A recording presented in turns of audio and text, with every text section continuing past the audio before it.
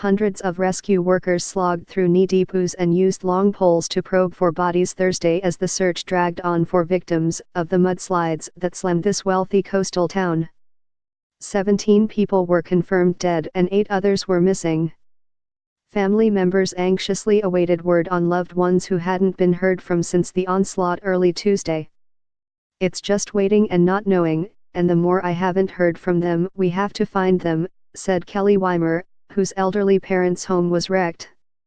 The couple, Jim and Alice Mitchell, did not heed a voluntary evacuation warning and stayed home to celebrate Jim Mitchell's 89th birthday.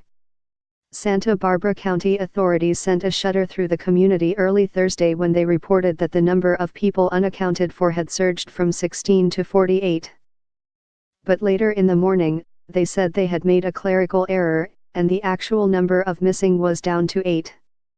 As search dogs clambered on heaps of wood that used to be homes, mud-spattered rescue teams from all over California worked their way through the ruins of Montecito, an enclave of 9,000 people northwest of Los Angeles that is home to celebrities such as Oprah Winfrey.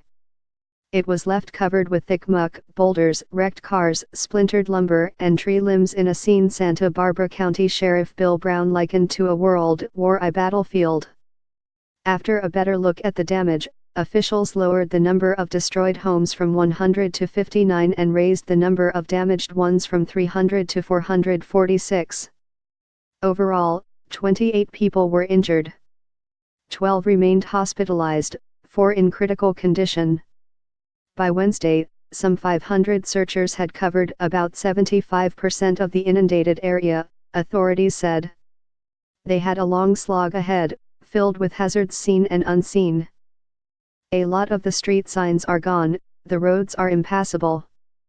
It all has to be done on foot," said Deputy Dan Page, chief of a Los Angeles County Sheriff's Department rescue team. Rescue crews worked up to 12 hours a day and risked stepping on nails or shattered glass, or being exposed to raw sewage, or dealing with leaking gas, Page said. "We've gotten multiple reports of rescuers falling through manholes that were covered with mud, swimming pools that were covered up with mud," said Anthony Buzzario, a Los Angeles County Fire Battalion chief. "The mud is acting like a candy shell on ice cream. It's crusty on top but soft underneath, so we're having to be very careful." Crews marked where bodies were found, often far away from a home, and used that information to guess where other victims might have ended up as the surging mud carried or buried them. People in Montecito had counted themselves lucky last month after the biggest wildfire in California history spared the town. But it was the fire that led to the mudslide, by burning away vegetation. "We totally thought we were out of the woods," said Jennifer Markham, whose home escaped damage in both disasters. "I was frozen yesterday morning thinking, this is a million times worse than that fire ever was." The mudslides were already occurring when Santa Barbara County officials first sent emergency alerts to cell phones in the area, the Los Angeles Times reported Thursday.